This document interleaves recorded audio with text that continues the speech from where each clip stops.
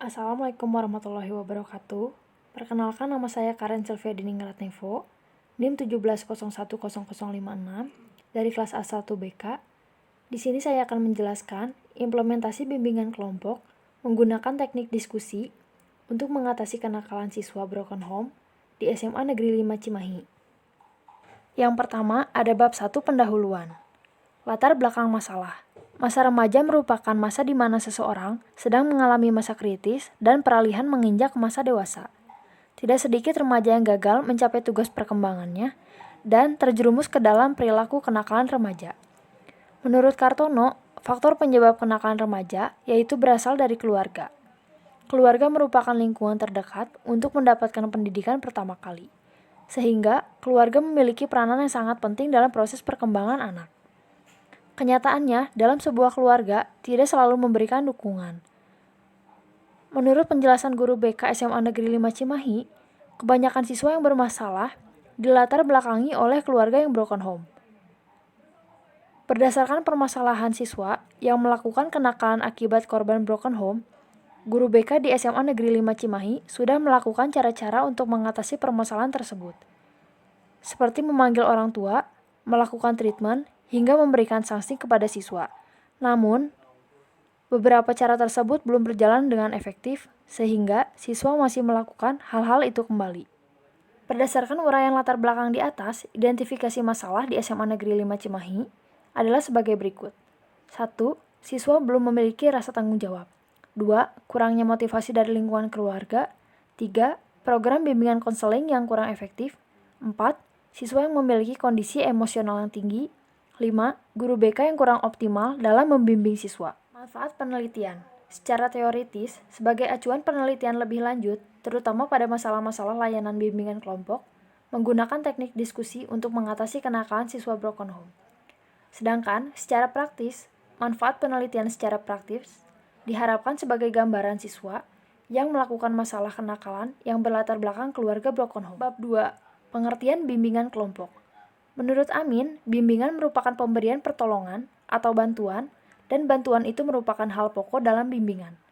Sedangkan, menurut Tahirin, layanan bimbingan kelompok merupakan suatu cara memberikan bantuan kepada individu melalui kegiatan kelompok. Tujuan layanan bimbingan kelompok, menurut Prayitno, yaitu A. Tujuan umum. Tujuan umum dalam kegiatan bimbingan kelompok adalah berkembangnya kemampuan sosialis siswa, khususnya kemampuan komunikasi peserta layanan. Sedangkan B. Tujuan khusus, bimbingan kelompok bertujuan membahas topik-topik tertentu, mengandung permasalahan aktual yang hangat, dan menjadi perhatian siswa. Layanan bimbingan kelompok menurut Soekardi, A. Diberikan kesempatan yang luas untuk berpendapat dan membicarakan berbagai hal yang terjadi. B. Memiliki pemahaman yang objektif, tepat, dan cukup luas tentang berbagai hal yang mereka bicarakan.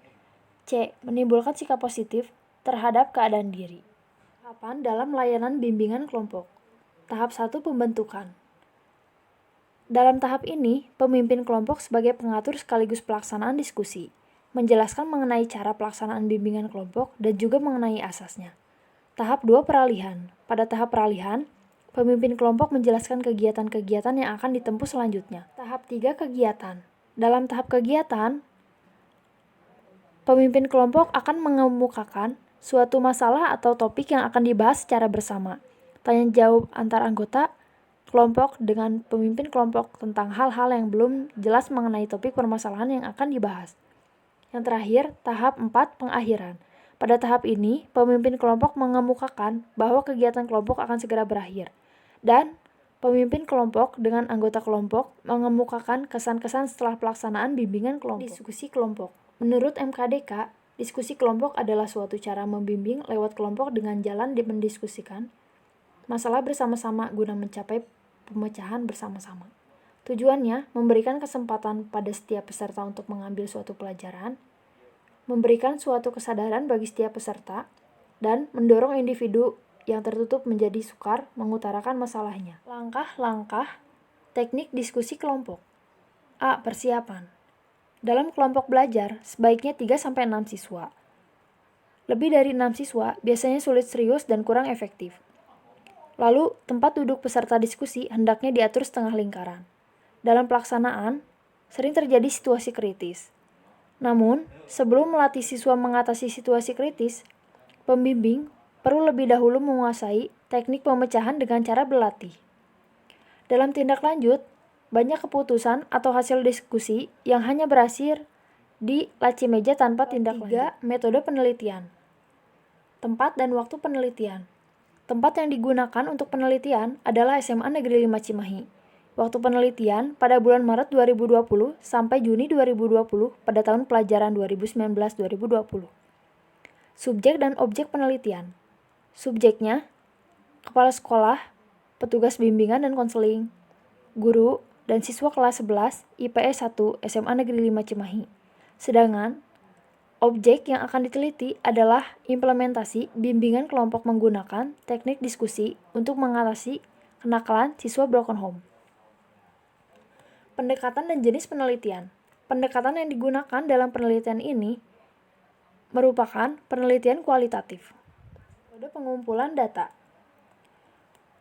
Observasi partisipan, yaitu bila pihak yang melakukan observasi turut serta atau berpartisipasi dalam kegiatan yang sedang dilakukan oleh subjek yang sedang diobservasi.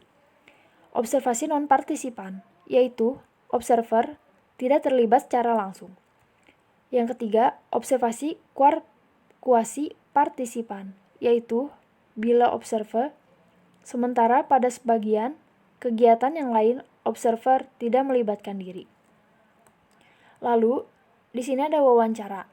Wawancara terstruktur digunakan sebagai teknik pengumpulan data bila peneliti atau pengumpul data telah mengetahui dalam pasti tentang informasi apa yang akan diperoleh. Wawancara semi struktur. Jenis wawancara ini sudah termasuk dalam kategori in-depth interview, di mana dalam pelaksanaannya lebih bebas bila dibandingkan dengan wawancara terstruktur. Yang terakhir, wawancara tak berstruktur. Wawancara yang bebas, di mana peneliti tidak menggunakan pedoman wawancara yang telah tersusun secara sistematis dan lengkap. Yang terakhir, dokumentasi. Menurut Damayanti, mengatakan bahwa dokumen bisa berupa buku harian, notula rapat, laporan berkala, jadwal kegiatan, peraturan pemerintah, anggaran dasar, rapor siswa, surat-surat resmi, dan lain sebagainya. Sekian